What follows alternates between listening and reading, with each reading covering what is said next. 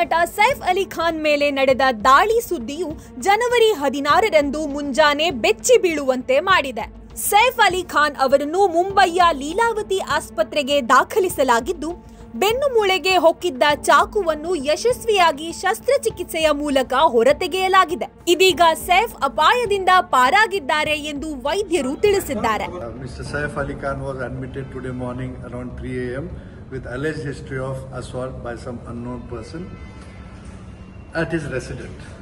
Surgery was performed to remove the knife and also repair the leaking spinal fluid. He is completely stable now. He is in a recovery mode and he is completely out of DCP ಹೇಳಿಕೆಯ ಪ್ರಕಾರ ಇದು ದರೋಡೆ ನಡೆಸಲು ನಡೆದ ಕೃತ್ಯವಾಗಿದೆ. ಈ ಸಂಬಂಧ ಸೈಫ್ ಅವರ ಮನೆಯಲ್ಲಿ ಕೆಲಸ ಮಾಡುವ ಐವರನ್ನು ವಿಚಾರಣೆಗೆ ಒಳಪಡಿಸಿದ್ದೇವೆ ಎಂದಿದ್ದಾರೆ. अभी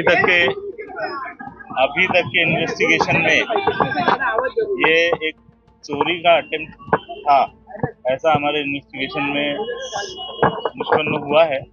ಆರೋಪಿ ಚಾಕುವಿನಿಂದ ನಟನ ಮೇಲೆ ಹಿಗ್ಗಾಮುಗ್ಗಾ ದಾಳಿ ನಡೆಸಿದ್ದು, ಈ ಘಟನೆಯಲ್ಲಿ ಇಬ್ಬರು ಮನೆ ಕೆಲಸದವರಿಗೂ ಗಾಯಗಳಾಗಿವೆ. ಇದೀಗ ಶಂಕಿತ ಆರೋಪಿಯ ಚಲನವಲನ ಸಿಸಿಟಿವಿಯಲ್ಲಿ ಸೆರೆಯಾಗಿರುವ ದೃಶ್ಯ ಹೊರಬಿದ್ದಿದೆ.